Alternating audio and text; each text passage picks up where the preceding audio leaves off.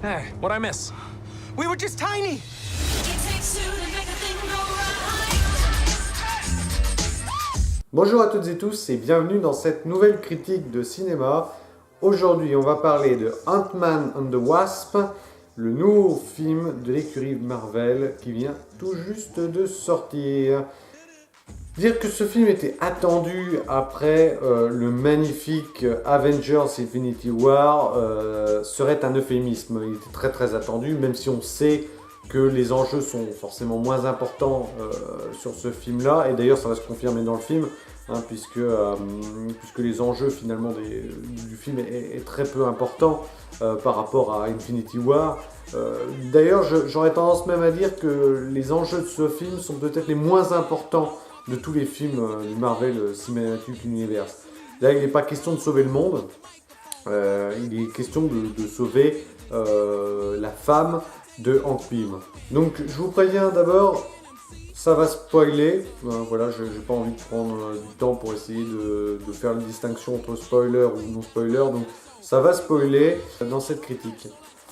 Donc, très clairement, comme je le disais, l'enjeu du film est beaucoup plus intimiste que tous les autres films de la franchise Marvel. D'habitude, il s'agit toujours de sauver le monde, sauver un pays, sauver l'univers. Bon, c'est toujours un petit peu exagéré, mais c'est toujours effectivement de grands enjeux.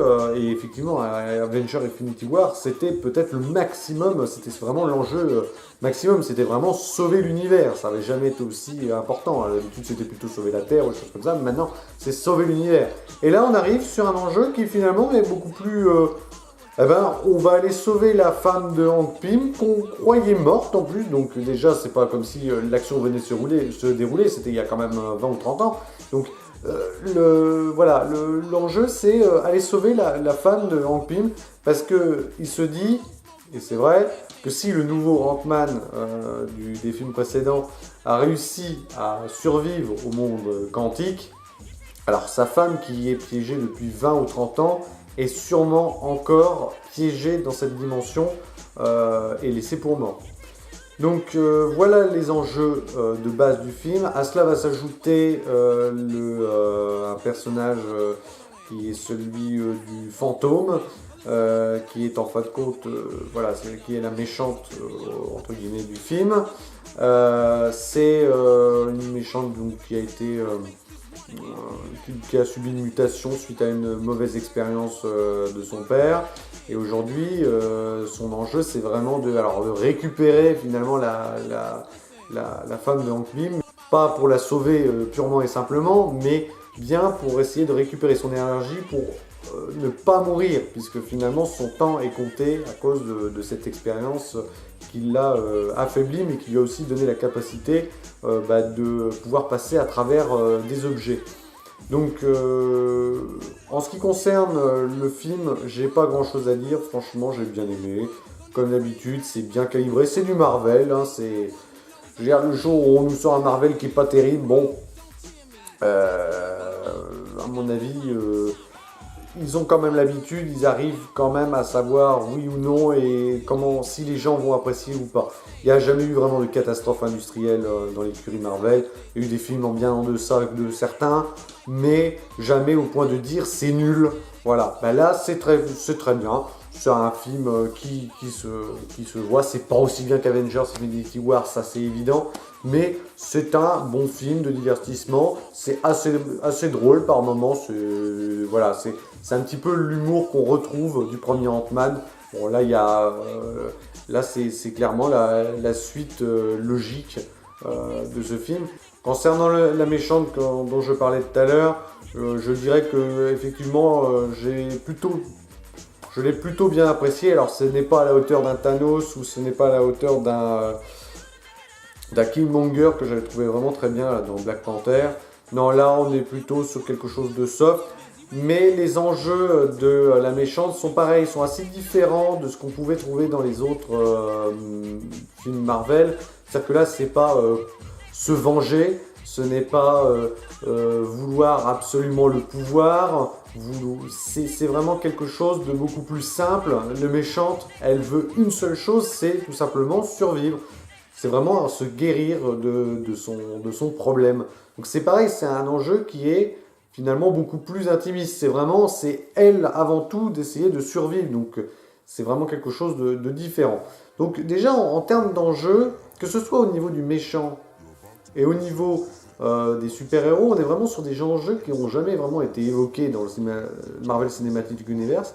Et j'aurais même tendance à dire que les enjeux de ce film font en sorte que oui, effectivement, ce sont des super-héros normalement, mais là, dans cette histoire-là, on n'est pas vraiment sur des super-héros, ils n'ont pas à sauver des gens, ils ont à sauver, finalement, ils ont à se sauver eux-mêmes, ce qui est déjà différent. Concernant l'histoire, c'est pareil, il y a des choses que j'aime bien, c'est assez rythmé, on s'ennuie pas. Par contre, il y a une incohérence que je dois noter, et franchement, je me suis dit, mais on est dans un univers maintenant Marvel où il y a tellement de super-héros et tellement de choses bizarres que plus rien n'étonne. Mais je suis désolé, mais moi si demain j'ouvre ma porte et que je me dis ça... Chérie, depuis quand il y a un immeuble en face chez nous? C'est qu'il y a quand même un souci. Parce que je me dis, effectivement, les gens ne réagissent plus vraiment à des choses qui leur paraissent complètement étranges. En même temps, quand on voit qu'à la fin du film, la moitié de la population disparaît, on peut se dire qu'après cet événement-là, je pense que plus grand-chose n'étonnera les gens. Pour autant, c'est quand même un peu bizarre. Là, on se retrouve avec un immeuble en plein milieu de la rue qui s'évapore et qui arrive comme ça. Ben voilà. Ah tiens, il y a un immeuble. Non, sinon le film il est très bien, je chipote là. Franchement je passais un bon moment, c'est très sympa, c'est toujours dans la même veine que ce que Marvel arrive à faire. J'aurais tendance à dire quand même que entre le départ avec Iron Man et aujourd'hui avec Ant-Man and the Wasp, il y a eu quand même une belle évolution, c'est-à-dire que les films ils ne sont pas perdus forcément en saveur, ils sont beaucoup mieux maîtrisés. Par contre, effectivement, c'est quand même un peu redondant. Et c'est peut-être aussi ce que souhaite essayer de faire Marvel, c'est de vraiment proposer des nouveaux héros avec des nouveaux pouvoirs, des personnes pas vraiment connues du grand public, parce que effectivement tous les grands, entre guillemets, ont été faits, c'est-à-dire que Iron Man a été fait, Spider-Man a été fait.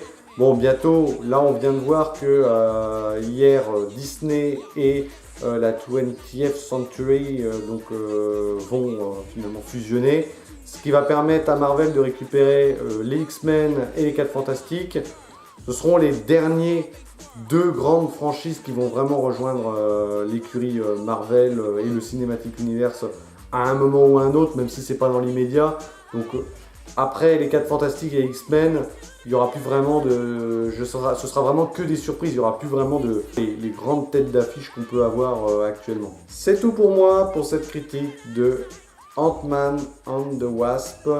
C'était bien, il faut aller le voir. Si vous aimez les films Marvel, ce sera toujours dans la même veine, vous n'avez pas à vous inquiéter, il est bien.